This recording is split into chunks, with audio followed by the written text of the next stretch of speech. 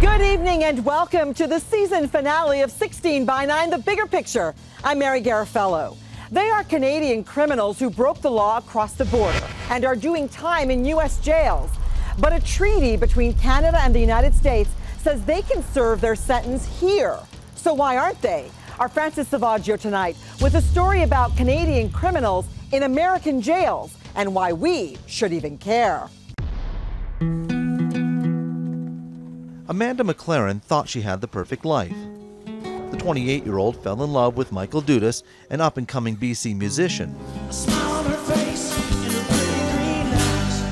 Michael popped the question shortly after competing in this BC talent search in 2007, and then a pregnancy test confirmed what doctors had said was medically impossible for the couple. He opened it up and he was like, "Is this are you?" I'm like, "Yeah." And then we went to Superstore and bought 3 more.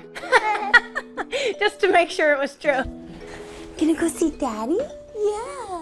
But by the time Nora was born in August 2008, a past Michael thought he had left behind would tear this perfect little family apart. Please don't remember me for mistakes that I've made. I still cry when I hear that song. This song is Michael's apology to his family. You see, in 2005, he was implicated in a marijuana trafficking operation after his partner was caught transporting more than 50 kilos of BC bud into the U.S. by helicopter. The family says all that was in the past, but with the charges still pending, that past was about to change their future. Please forgive me for the choices that I've made. Once I found out I was pregnant, he just said, "You know what? We're not going to fight this anymore. I did the crime. I'm going to turn myself in and plead guilty, and hopefully that will gain us, some kind of points with the American justice system." So on March 20th, 2008, Michael Dudas decided to address the dark cloud that was hanging over top of him. He came here to the Peace Arch, the main border crossing between Canada and the U.S. in British Columbia. He turned himself in to U.S. authorities, was arrested, tried, and sentenced to 5 years in a U.S. federal prison. We were all devastated sitting in that courtroom. Like, she was, I think, 3 weeks old when he got sentenced, and 5 years was just like, oh my God, five years?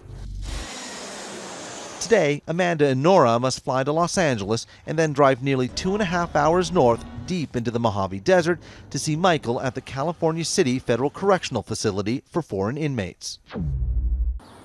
Linda Dreger is from Calgary. Her son Brent Curtis is in the same prison serving 57 months for a similar non-violent drug offense. It's a God-forsaken place because it's like 100 degrees Fahrenheit and it's in the middle of a desert. There are currently 12 Canadians here, along with more than 2,000 Mexican criminals. While prison officials refuse comment, this is essentially a warehouse for aliens. There's virtually no programming or education, and first-time non-violent offenders serve out their time alongside murderers and other dangerous offenders. He'd be standing there telling me, "Mom, I can't believe the Canadian government would leave us here. If they knew how bad it was here, they wouldn't leave us here." The private company that runs this penitentiary won't allow us inside to talk to any of the Canadian inmates, so we had to arrange to talk to them by phone. We walk on eggshells all the time here. I've been threatened. It's a tough life here. John Conroy has heard the same story many times before. That's why the BC lawyer has agreed to help get Mike and Brent out of the U.S. and into a Canadian prison. A Canadian citizen has a right that others do not have to enter or return to his country. For convicted criminals, the process is called an international treaty transfer. It gives the federal government the authority to transfer Canadians out of U.S. and other foreign prisons so they can serve their time in Canada, if they meet the following. The offender has social or family ties in Canada. The offender had no plans of abandoning Canada as their permanent residence.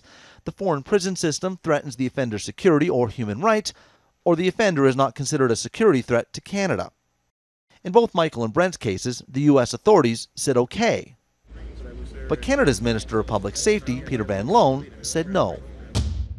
Our number one objective as a government has to be to ensure, certainly me as Public Safety Minister, the safety of Canadians, the safety of our communities. Sean Howard is with the Canadian Justice Foundation. At the end of the day, you've got to follow the rules of the place where you are, and if you get caught up in criminal activity or you enter into it, you're going to pay a price.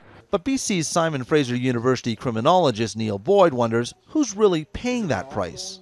These are people who are coming back, and if they come back in much worse shape than when they left, which is much more likely with the American system of justice, then how are we well served?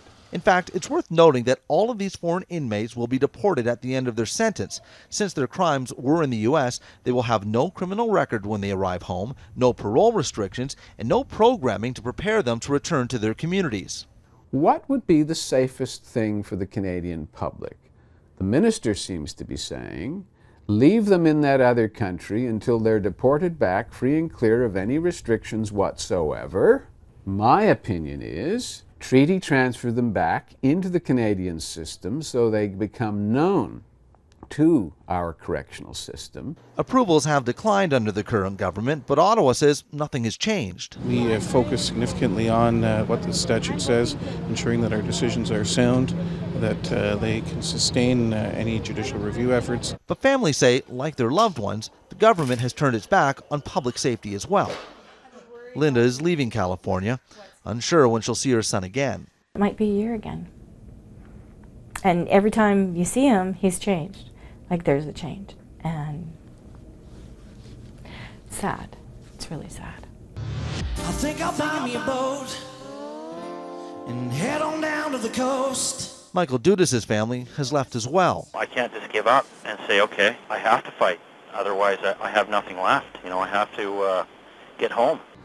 Barely home from her last visit, Amanda receives a letter from Michael.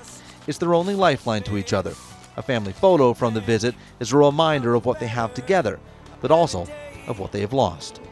This is the life we have, and there's no love lost. We still love each other very much, and nothing changes that. It's just sucks that he had to go away for all this time and miss out on so much stuff. Good times that we'll have.